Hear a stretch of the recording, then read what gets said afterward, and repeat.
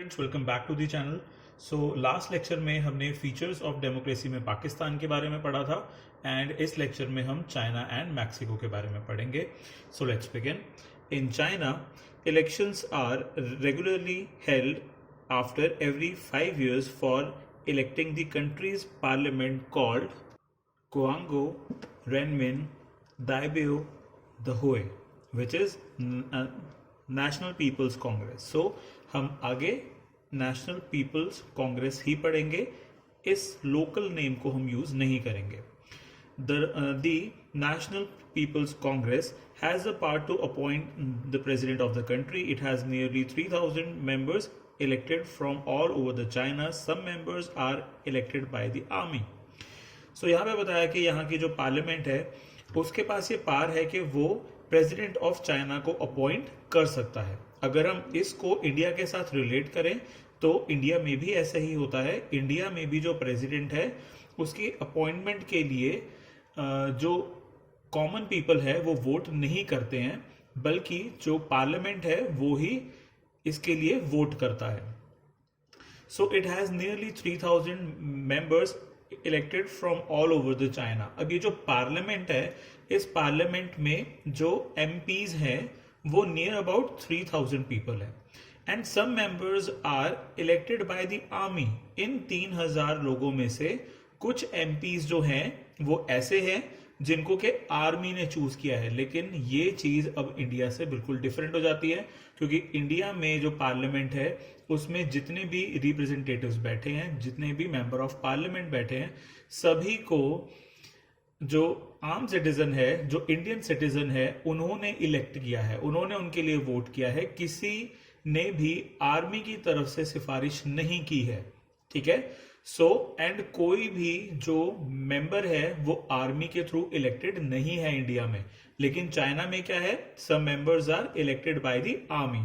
Before contesting elections, a candidate needs the approval of the Chinese Communist Party. And अगर किसी candidate को elections में contest करना है तो उसको पहले चाइनीज कम्युनिस्ट पार्टी की अप्रूवल लेनी पड़ेगी। अब ये चीज भी जो है ये बहुत कॉमन है।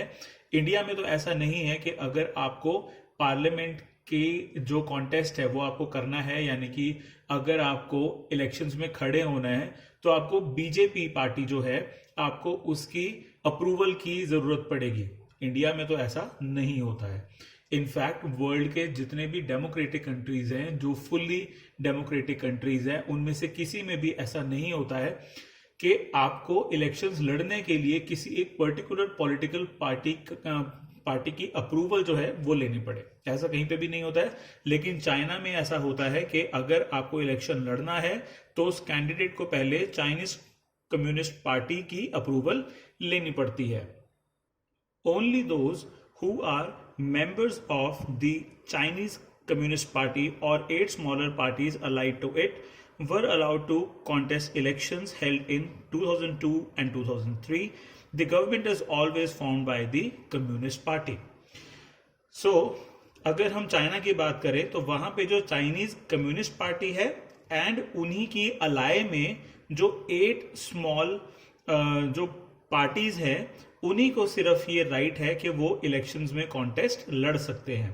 एंड अगर हम 2002 एंड 2003 की बात करें तो वहां पे ऐसा ही कुछ हुआ था। एंड जो गवर्नमेंट होती है चाइना में वो हमेशा कम्युनिस्ट पार्टी ही बनाती है, ठीक है।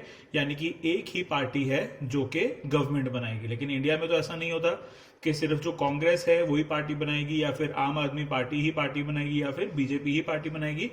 इंडिया में ऐसा नहीं होता है। सो यहाँ पे अगर हम कहें तो चाइना जो है वो एक कम्युनिस्ट कंट्री है, वो एक डेमोक्रेटिक कंट्री नहीं है। उसको डेमोक्रेटिक बनाने की कोशिश की जा रही है, बट एक्चुअल में वो एक कम्युनिस्ट कंट्री है। अब हम बात करते हैं मैक्सिको के बारे में।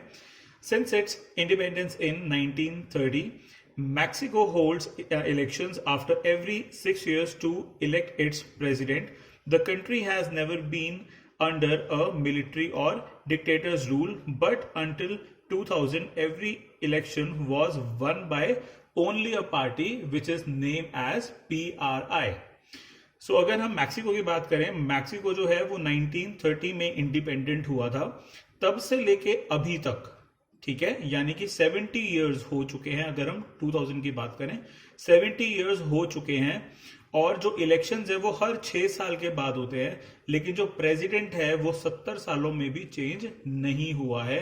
70 सालों तक जो प्रेसिडेंट है वो एक ही पार्टी से आए हैं हमेशा। बट ऐसे कैसे पॉसिबल है कि 70 सालों तक जो भी प्रेसिडेंट चुने गए वो सारे के सारे एक ही पार्टी से थे, which is known as PRI, Institutional Revolutionary Party. अब यहाँ पे वैसे तो IRP होना चाहिए, बट अगर मैक्सिकन लैंग्वेज में बात करें तो ये PRI बनता है। ओके, सो आगे बढ़ते हैं। Opposition parties did contest elections but never managed to win. The PRI was known to use many dirty tricks to win elections. All those who were employed in government offices had to attend its party meetings. Teachers of government schools used to force parents to vote for the PRI. Media largely ignored the activities of the opposition political parties except to criticize them. अब अगर हम बात करें कि ये चीज possible कैसे है, तो ये पॉसिबल इसलिए हो पाई, वहां पे ऑपोजिशन तो है, मैक्सिको में ऑपोजिशन तो है, लेकिन PRI क्या करता है, वो डर्टी ट्रिक्स को यूज करता है इलेक्शंस को विन करने के लिए। क्या क्या वो करते हैं, जितने भी गवर्नमेंट ऑफिसेज में एम्प्लॉयड लोग हैं उन सभी को ये कंपल्सरी किया होता है कि आपको PRI की पार्टी मीटिंग्स में आना पड़ेगा। जितने भी गवर्नमेंट टीचर्स हैं उनको फोर्स किया जाता है कि आप पेरेंट्स को बोलो कि वो PRI को ही वोट करें।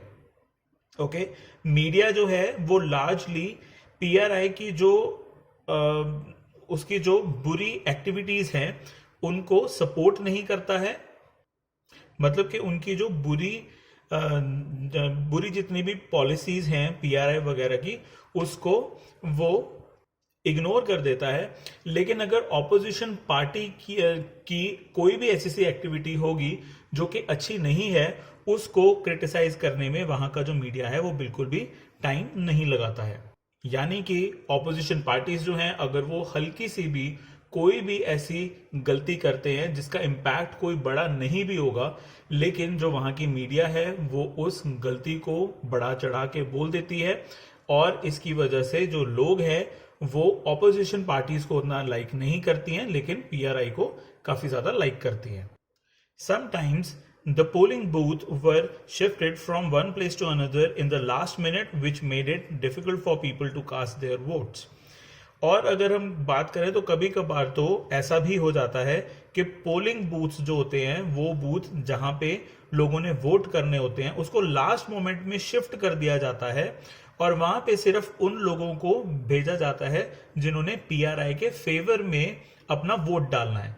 तो ऐसे में क्या होगा कि अगर कोई ऑपोजिशन पार्टी को वोट डालना चाहेगा तो उसको पता ही नहीं चलेगा कि जो पोलिंग बूथ है वो एक्चुअल में है कहां, एंड जो वोट है वो डाल ही नहीं पाएगा वो बंदा। The PRI spent a large sum of money in the campaign for its candidates, and PRI जो है वो अपने कैंपेनिंग में यानी कि अपनी एडवर्टाइजमेंट में वो बहुत ज्यादा पैसा खर्च करते हैं ताकि जो लोग हैं वो सिर्फ उन्हीं की प्रेजेंस को देख पाए, एंड बाकी जो ऑपोजिशन पार्टीज हैं वो लोगों को इतनी ना दिखे। सो स्टूडेंट्स, इस लेक्चर में हमने चाइना एंड मैक्सिको की जो गवर्नमेंट है उसके कुछ कैरेक्टरिस्टिक्स पढ़े हैं। अब नेक्स्ट लेक्चर में हम ये देखेंगे कि ये जो कैरेक्टरिस्टिक्स हैं क्या ये डेमोक्रेटिक हैं या ये नॉन डेमोक्रेटिक है। So that's it for this video students, I will see you in the next one.